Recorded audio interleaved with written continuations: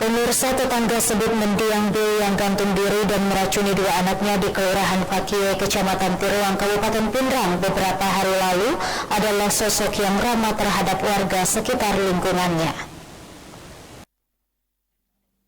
Sejumlah tetangga almarhum B tidak menyangka sekaligus kaget melihat perbuatan yang dilakukan mendiang B. Ia dikenal sebagai warga yang ramah dan murah senyum. Menurut salah satu tetangga, Ibrahim mengungkapkan, almarhumah merupakan sosok yang baik. Setiap lewat di depan rumah, kerap kali mendiang singgah atau sekedar menyapa. Almarhumah bersama suaminya juga sebagai sosok yang tidak terpisahkan.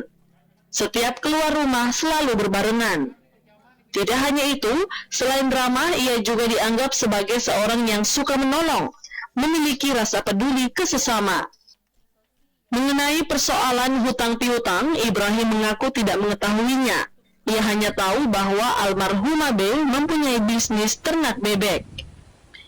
Ini almarhum bagaimana sebenarnya orangnya? Yang baik, kalau ada dia di sini boleh sama istri. Kalau di sini, Biasa terteriak juga di ngapain itu? iya, selalu ngapain orang kalau tahu dia tersinggah juga bercerita-cerita. Kalau kondisi kehidupannya korban bagaimana? Baik-baik. Kayak ada masalah? Iya, tidak ada masalah. Kalau ada dewa,